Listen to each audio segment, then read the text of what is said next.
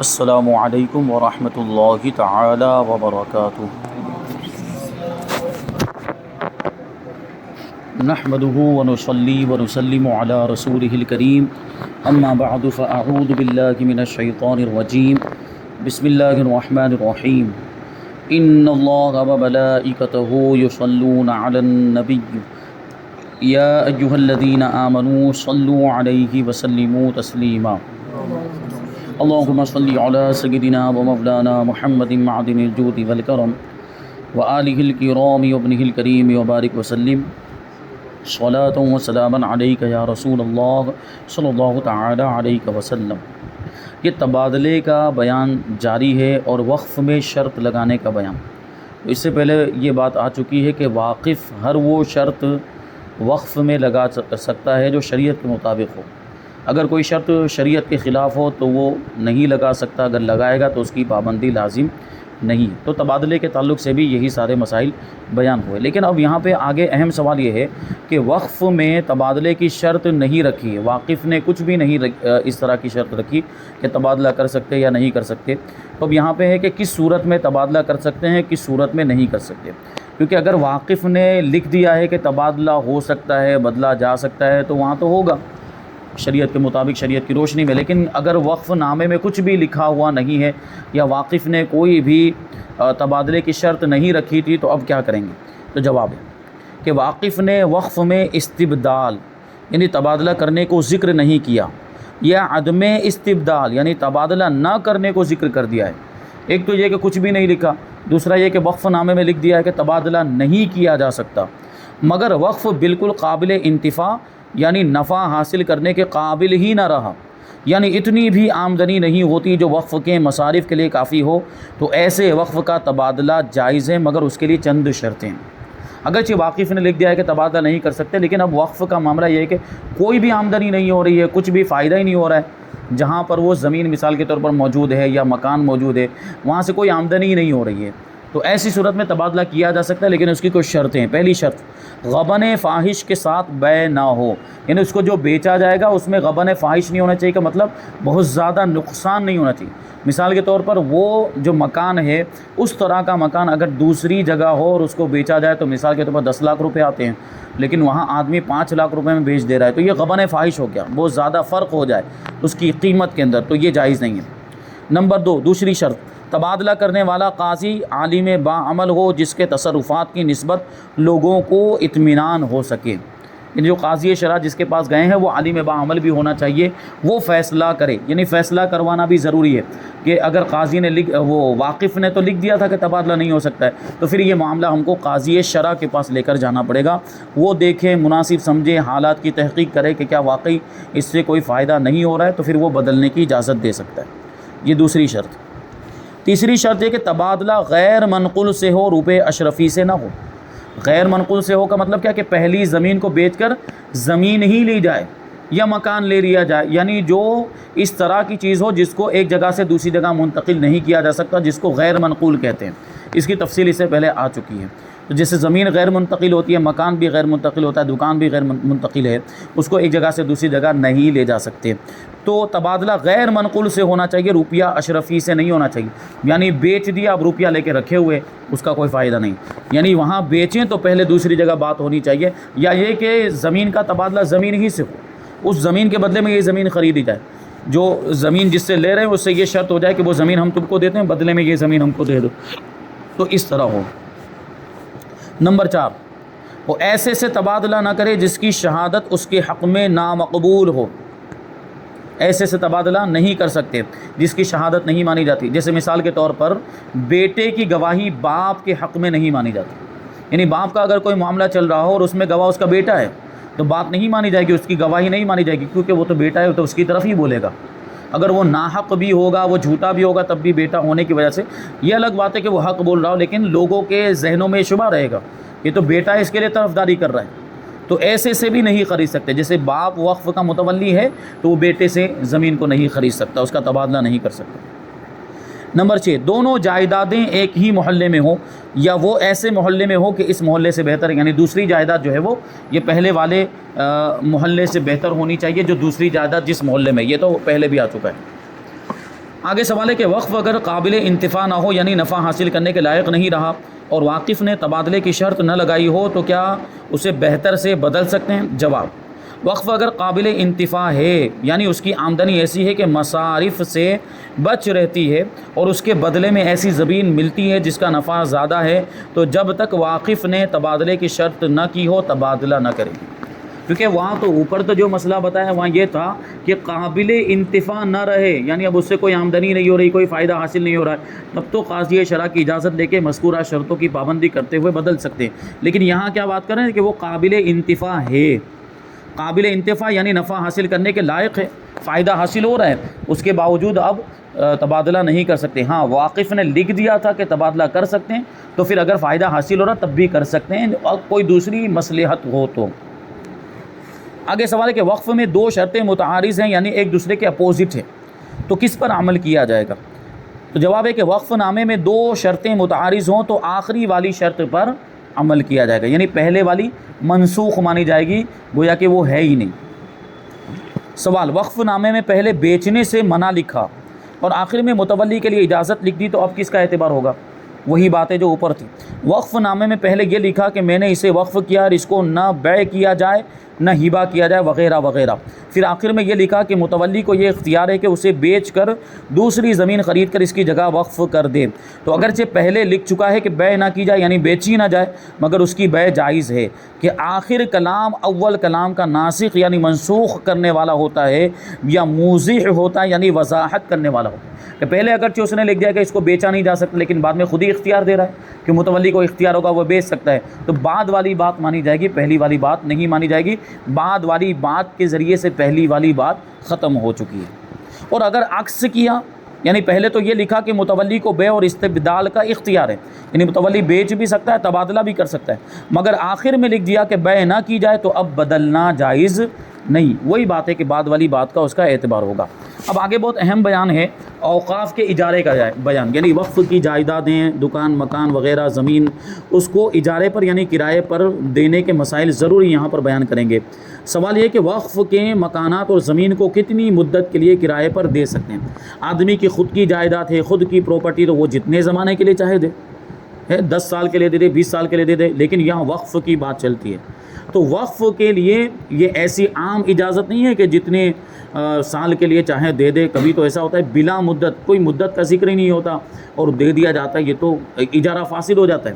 مدت کا ذکر ہونا تو ضروری ہے اس کے اندر کہ کتنی مدت کے لیے دیا جا رہا ہے. اور یہاں پہ خاص طور پر اس لیے بیان کر رہے ہیں کہ اجارے کے اندر جو اوقاف کا اجارہ، وقف کی پراپرٹی اگر ہم کرائے پر دے رہے ہیں تو وہاں اس وجہ سے بھی ضروری ہو جاتا ہے کہ کرایہ دار جب بہت زیادہ پرانے ہو جاتے ہیں اور بہت زیادہ ٹائم سے اس میں رہنے لگتے ہیں تو پھر اس کا اپنے آپ کو مالک سمجھنے لگ جاتے ہیں، اور پھر بسا اوقات حکومت کے قانون کا غلط فائدہ اٹھاتے ہوئے اس پر ناجائز قبضہ بھی کر لیتے ہیں اور مال کا مطالبہ کرتے ہیں. تو یہ مطالبہ ہرگز جائز نہیں ہے. کوئی مسلمان ہے تو اس کے لیے رقم حرام ہے، یہ اس کو بتایا جائے گا، لیکن متولیوں کو اس کا خیال رکھنا ہے پہلے سے کہ اجارہ اتنا لمبا ہونا ہی نہیں چاہیے کہ لوگ اپنا مالک سمجھنے لگ جائیں اور ناجائز قبضہ کر لیں. تو یہ ساری چیزیں اسی وجہ سے بیان کی جاتی ہے. جواب ہے کہ اوقاف کے اجارے کی مدت طویل نہیں ہونی چاہیے، نہیں بہت لمبے زمانے کے لیے اجارہ نہیں ہونا چاہیے اوقاف کا، کیونکہ پھر وہی چیز آئے گی کہ جو کرایہ دار ہیں وہ اب اس کا اپنے آپ کو مالک سمجھنے لگ جاتے ہیں. 3 سال سے زیادہ کے لیے کرائے پر دینا جائز نہیں. زیادہ سے زیادہ کتنی مدت ہے؟ 3 سال. اس کو پھر بدلیں گے ہم، کرایہ دار کو بدلیں، اور اگر اسی کرایہ دار کو رکھنا چاہتے تو نیا ایگریمنٹ کریں گے. بھائی تمہارا پرانا ایگریمنٹ ختم ہو گیا، اب یہاں سے نیا ایگریمنٹ ہوگا، نیا معاہدہ، نیا کرایہ، اور اس کی نئی مدت ہوگی. پھر وہ مدت ختم ہو تو پھر اجارہ ختم ہو جائے گا. پھر ہماری مرضی، مسجد والوں کی مرضی، وہ بدلنا چاہے تو اس کرایہ دار کو نکال دے. وہ زور زبردستی نہیں کر سکتا کہ میں تو رہوں گا ہی، تم مجھے نہیں نکال سکتے. اس طرح کے معاملات نہیں. اس کو اگر نکالنا چاہے، کوئی ایسی چیز پائی جا رہی ہے، کوئی اچھا کرایہ دار مل رہا ہے تو اس کو ہٹا دیا جائے. یہ مناسب جیسا مصلحت سمجھے ویسا کریں. اور اگر واقف نے کرائے کی کوئی مدت بیان کر دی ہے، 2 سال تک دیا جائے، 3 سال تک، 4 سال تک، 5 سال تک، واقف نے خود ہی بیان کر دی تو اس کی پابندی کی جائے گی. اور نہ بیان کی ہو تو مکانات کو 1 سال تک کے لیے اور زمین کو 3 سال تک کے لیے کرائے پر دیا جائے. یعنی اب کوئی بھی چیز ہو سکتی ہے، مکانات اور دکانیں بھی ہو سکتی ہے وقف کی، اور اسی طرح زمین بھی ہو سکتی ہے. تو مکانات کو 1 سال کے لیے دیا جائے گا. جیسے عام طور پر ابھی وقف بورڈ کی طرف سے بھی یہ قانون پاس ہو گیا، 11 مہینے کے لیے دیا جائے گا، وہ تقریباً 1 سال. تو 11 مہینے کا ایگریمنٹ ہوتا ہے. اب یہ اسی مصلحت کے تحت ہے کہ اب بہت ساری جگہوں پر ہم دیکھ رہے ہیں مسجدوں میں 20-20 سال پرانے کرایہ دار جو ہے کہ وہ قبضہ جمائے بیٹھے ہیں، اور ان کو خالی کروانے کی بات کریں تو پیسوں کا مطالبہ کرتے ہیں، 5-5 لاکھ روپے 6-6 لاکھ روپے مانگتے ہیں. یہ حرام خور قسم کے لوگ ہیں، یعنی یہ مال جو کھائیں گے وہ حرام کھائیں گے، حرام اپنے پیٹ میں ڈالیں گے. اور مال وقف جو ہوتا ہے وہ یتیم کے مال کی طرح ہوتا ہے، اور یتیم کے مال کے بارے میں قرآن مجید کے اندر ارشاد فرمایا گیا کہ ان الذین یاکلون اموال الیتامی ظلما انما یاکلون فی بطونہم نارا وسیصلون سعیرا، کہ بے شک جو لوگ یتیم کے مال کو ظلماً کھا جاتے ہیں، ناحق ناجائز طریقے پر کھا جاتے ہیں، وہ اپنے پیٹ میں جہنم کی آگ بھرتے ہیں اور بھڑکتی ہوئی آگ میں وہ لوگ جائیں گے. تو وقف کے مال کو کھانے کا بھی یہی حکم، اور اس پر ناجائز قبضہ کرنا بھی حرام ہے. تو مکانات کو 1 سال کے لیے دیا جائے گا اور زمین کو 3 سال تک کے لیے کرائے پر دیا جائے، مگر جب کہ مصلحت اس کے خلاف کا تقاضا کرے تو جو تقاضائے مصلحت ہو وہ کیا جائے. کیا مطلب ہوا کہ 3 سال کے لیے کرائے پر دے رہے ہیں تو سوچے اتنا فائدہ نہیں ہو رہا ہے، موقع محل کے حساب سے، جگہ کے حساب سے 5 سال کے لیے دینا وہ لوگ سمجھتے ہیں کہ اس میں مصلحت ہوگی، اس میں زیادہ فائدہ ہوگا تو دے سکتے ہیں، اجازت ہے. اور یہ زمانہ اور مواضع یعنی جگہوں کے اعتبار سے مختلف ہے کہ پہلے زمانے میں ہو سکتا ہے 1 سال میں اچھا فائدہ ہو جاتا ہو، لیکن اب 2 سال کے لیے دینا ضروری ہو جاتا ہے، یا کبھی ایسا بھی ہو سکتا ہے کہ لوگ 1 سال کے لیے لینے کے لیے تیار ہی نہیں ہوتے ہیں، جبکہ اب تو مل جاتے ہیں، کرایہ دار بہت سارے مل جاتے ہیں جو 1 سال کے لیے لینے کے لیے بھی تیار ہوتے ہیں. بہرحال جہاں جیسی مصلحت ہو تو اس کے مطابق کیا جا سکتا ہے. آگے سوال ہے کہ واقف نے یہ شرط کر دی ہے کہ 1 سال سے زیادہ کے لیے کرائے پر نہ دیا جائے، مگر وہاں 1 سال کے لیے کرائے پر کوئی لیتا ہی نہیں، زیادہ مدت کے لیے لوگ مانگتے ہیں، تو اب کیا کریں گے؟ تو جواب، واقف نے یہ شرط کر دی ہے کہ 1 سال سے زیادہ کے لیے کرائے پر نہ دیا جائے، مگر وہاں 1 سال کے لیے کرائے پر کوئی لیتا ہی نہیں، تو زیادہ مدت کے لیے لوگ مانگتے ہیں تو متولی شرط واقف کے خلاف کر کے 1 سال سے زیادہ کے لیے نہیں دے سکتا، کیونکہ واقف نے شرط لگائی 1 سال کی تو اس کی پابندی لازم ہے، 1 سال کے لیے ہی دے سکتا ہے، 1 سال سے زیادہ کے لیے نہیں دے سکتا. اس کی صورت نکالی جا سکتی ہے. مان لیجیے کہ اگر کوئی شخص 1 سال کے لیے لینے کے لیے تیار ہی نہیں ہے وہاں پر، تو یہ کر سکتے ہیں کہ 1 سال کے لیے دے دیں اور اس سے کہا جائے کہ اگر آگے بھی تم رہنا چاہتے ہو تو یہ 1 سال والا ایگریمنٹ ختم ہو جائے گا، نیا ایگریمنٹ ہم کریں گے. بس یہ تھوڑا پروسیس اس کا ہوگا، ورنہ اسی کرایہ دار کو دوبارہ رکھا جا سکتا ہے، لیکن ایگریمنٹ ایسا ہونا چاہیے، 1 ہی سال کا ہونا چاہیے. یہ واقف نے جب شرط لگائی ہو تو یہ حکم ہوگا، بلکہ یہ معاملہ قاضی کے پاس پیش کیا جائے گا. یعنی واقف نے شرط لگا دی کہ 1 سال سے زیادہ نہیں دینا ہے، اور 1 سال سے زیادہ اگر دینا چاہتے ہیں تو پھر قاضی کے پاس جائیں گے، قاضی شرع کے پاس، اور قاضی سے اجازت حاصل کر کے 1 سال سے زیادہ کے لیے دے سکتے ہیں. اور اگر وقف نامے میں یوں لکھا ہوا ہے کہ 1 سال سے زیادہ کے لیے نہ دیا جائے، مگر جب کہ اس میں نفع ہو، یعنی 1 سال سے زیادہ دینے میں نفع ہو، تو خود متولی بھی دے سکتا ہے. یعنی فائدہ دیکھا جائے گا کہ اب یہاں پہ فائدہ ہو رہا ہے، تو اب یہاں پہ قاضی کی اجازت لینے کی بھی ضرورت نہیں، تو یہاں پہ دے سکتے ہیں. اب ایک سوال ہے کہ اوقاف کو کرائے پر دیں تو کتنی اجرت ہونی چاہیے، اس کا کرایہ کیا ہونا چاہیے؟ جواب، اوقاف کو اجرت مثل کے ساتھ کرائے پر دیا جائے، یعنی اس حیثیت کے مکان کا جو کرایہ وہاں اس علاقے میں چلتا ہو، یا اس حیثیت کے کھیت کا جو لگان یعنی ٹھیکہ اس جگہ پر ہو، اس سے کم پر دینا جائز نہیں. مثال کے طور پر ہمارا ایریا ہے گوپی پورا، یہاں پہ اگر وقف کی کوئی پراپرٹی ہے تو دیکھا جائے گا کہ اتنا مکان، اتنے رقبے کا مکان، اتنے اسکوائر فٹ کا مکان ہے، اور اس انداز میں بنا ہوا ہے کہ اس طرح کی بناوٹ والا اور اتنے اسکوائر فٹ کا مکان، جیسے 2 BHK ابھی وغیرہ چلتا ہے، 1 BHK چلتا ہے، یا 3 BHK چلتا ہے، اس طرح کا مکان اگر اسی ایریے میں ہم لینے جائیں تو کتنے میں ملے گا؟ مثال کے طور پر 10,000 میں کرائے پر ملے گا، تو ہم کو 10,000 میں ہی دینا لازم ہے، اور جو لینے والا ہے اس کو بھی 10,000 روپے کرایہ دینا لازم ہے، وہ اس سے کم نہیں دے سکتا. تو یہی چیز ہے. تو اجرت مثل اسی کو کہتے ہیں کہ اس جگہ جو کرایہ چلتا ہے عام طور پر اس علاقے میں اتنا کرایہ لینا پڑے گا. بلکہ جس شخص کو اوقاف کی آمدنی ملتی ہے وہ خود بھی اگر چاہے کہ کرایہ یا لگان کم لے کر دیں تو نہیں کر سکتا. کم لے کر دے دوں تو وہ بھی نہیں، خود وہ آمدنی کا مستحق ہے، یعنی وقف ہوا ہے اسی کے اوپر، اور وہ خود کرائے پر لینا چاہتا ہے کہ میں کچھ کم کر کے دے دوں تو نہیں کر سکتا.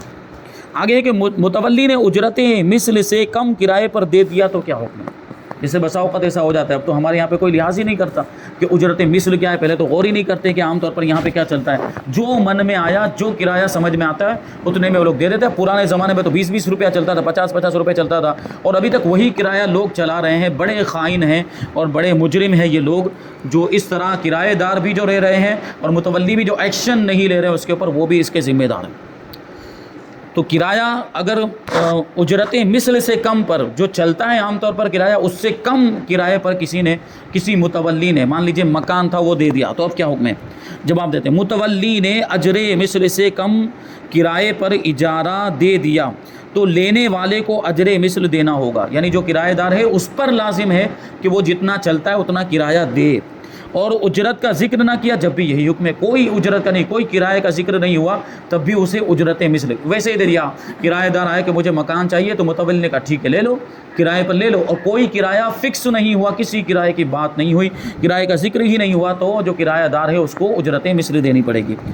یوں ہی یتیم کی جائیداد کو کم کرایے پر دے دیا تو واجبی کرایہ دینا ہوگا، کیونکہ ابھی بتایا کہ یتیم کی جائیداد کا بھی وہی حکم ہے جو وقف کا حکم ہے۔ یعنی مکان یا کھیت کو کم کرائے پر دے دیا تو یہ کمی مستاجر یعنی کرائے پر لینے والے سے پوری کرائی جائے گی۔ مثال کے طور پر عام طور پر اس طرح کے مکان کا کرایہ 5,000 روپے چلتا ہے اور متولی نے 3,000 روپے میں دے دیا، تو ہم کیا کریں گے؟ کرایہ دار سے 2,000 روپے ایکسٹرا وصول کریں گے کرائے کے طور پر، کیونکہ اس کا کرایہ عام طور پر 5,000 ہے۔ متولی سے وصول نہیں کریں گے، مگر متولی سے سہون اور غفلت کی بنا پر ایسا ہوا تو درگزر کر دیں گے۔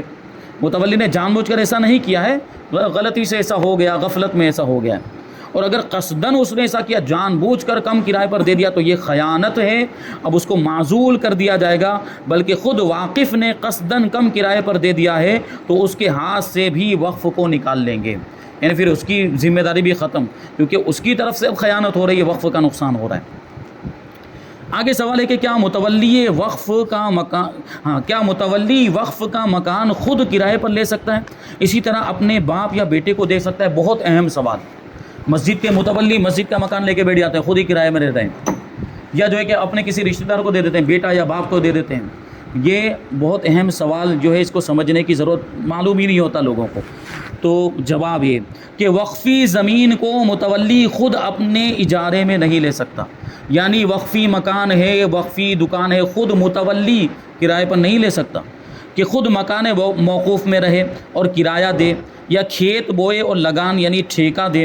البتہ قاضی اس کو اجارے پر دے تو پھر ہو سکتا ہے، قاضی کے پاس فیصلہ کروائے کہ میں لینا چاہتا ہوں، آپ اجازت دیتے کہ نہیں دیتے، تو قاضی شرع اگر اجازت دے دے تو پھر لے سکتا ہے، ورنہ عام طور پر اجازت نہیں ہے۔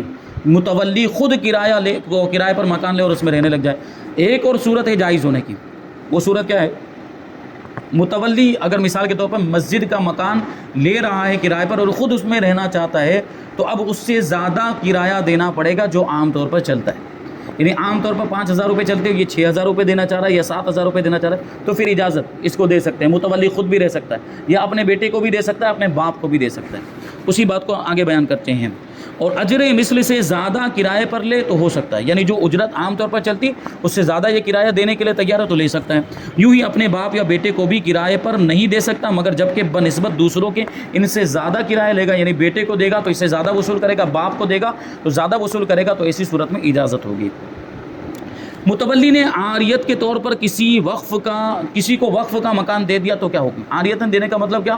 بغیر کسی کرائے کے، بغیر کسی اجرت کو ایسے ہی رہنے کے لیے، استعمال کرنے کے لیے دے دیا، تو ظاہر سی بات اس کی اجازت کیسے ہو سکتی ہے؟ جواب، مکان موقوف کو عاریتاً دینا یعنی بغیر کرایہ کسی کو رہنے کے لیے دے دینا، یہ ناجائز ہے اور رہنے والے کو کرایہ دینا پڑے گا، اگرچہ متولی نے اس کو ویسے ہی دے دیا، لیکن جو رہ رہا ہے اس پر لازم ہے کہ وہ جو کرایہ بنتا ہے وہ دے۔ یوں ہی جو شخص متولی کی بغیر اجازت رہنے لگ گیا، اسے بھی جو کرایہ ہونا چاہیے وہ دینا ہوگا۔ آگے ہے کہ وقف کو ضرورت پیش آئی اور آمدنی کا روپیہ نہیں تو کیا متولی قرض لے سکتا ہے؟ وقف کی آمدنی اتنی نہیں ہے، مثال کے طور پر خدا نخواستہ عمارت کو کوئی نقصان پہنچ گیا ہے، ایک طرف سے دیوار گر گئی ہے، اب وقف کے پاس اتنا پیسہ ہی نہیں ہے، وقف کی آمدنی ہی نہیں ہے، متولیوں کے پاس بھی کچھ نہیں ہے کہ اس کو بنایا جا سکے، تو کیا قرض لینے کی اجازت ہے؟ قرض لے کر اس کو بنا سکتے ہیں؟ کیونکہ دیکھیں قرض لیں گے تو پھر بعد میں جو وقف کی آمدنی ہوگی اس میں سے قرضہ ادا کرنا پڑے گا۔ تو جواب دیتے ہیں متولی کو وقف پر قرض لینے کی 2 شرطوں سے اجازت ہے، یعنی قرضہ لینے کی 2 شرطیں۔ ایک یہ کہ امر ضروری و مصالح لا بدی وقف کے لیے باذن قاضی شرع، یعنی قاضی شرع کی اجازت سے قرض لے۔ کیا مطلب ہوا؟ کہ وہ بہت زیادہ ضروری کام ہے، جیسے ابھی میں نے بتایا دیوار گر گئی، تو بہت زیادہ ضروری ہے کہ دیوار بنانا، اب جب تک نہیں بنائیں گے اس کو کرائے پر نہیں دے سکتے یا اس سے کوئی آمدنی نہیں ہو سکتی، تو یہ بہت زیادہ ضروری ہے اور ایسی مصلحت میں داخل ہے جس کے بغیر کوئی چارہ کار ہی نہیں ہے، اس کو بنانا ہی پڑے گا۔ تو یہ ایک شرط ہو گئی۔ اور دوسری شرط کیا ہے؟ قاضی شرع کی اجازت بھی لینی پڑے گی۔